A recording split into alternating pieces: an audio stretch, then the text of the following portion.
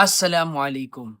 Pwede bang basta-basta hulihin ang user ng drugs? Hindi pwedeng basta-basta hulihin ang isang tao na gumagamit ng droga ng walang legal na batayan. Ang pag-aresto ay dapat sumunod sa mga alituntunin ng Rules on Criminal Procedure at sa mga constitutional rights ng tao laban sa illegal arrest at unreasonable search and seizure.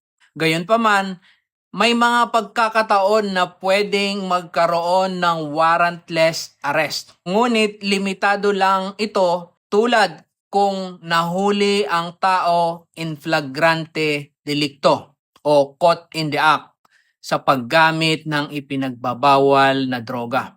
Sa mga sitwasyong ito, maaring agad siyang arestuhin kahit walang warrant dahil malinaw na ongoing ang paggawa ng krimen.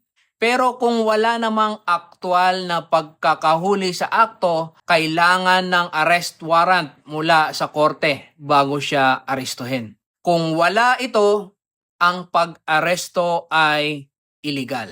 May natutunan ka na naman ba ngayong araw? I-like, i-share at i-comment ang inyong tanong.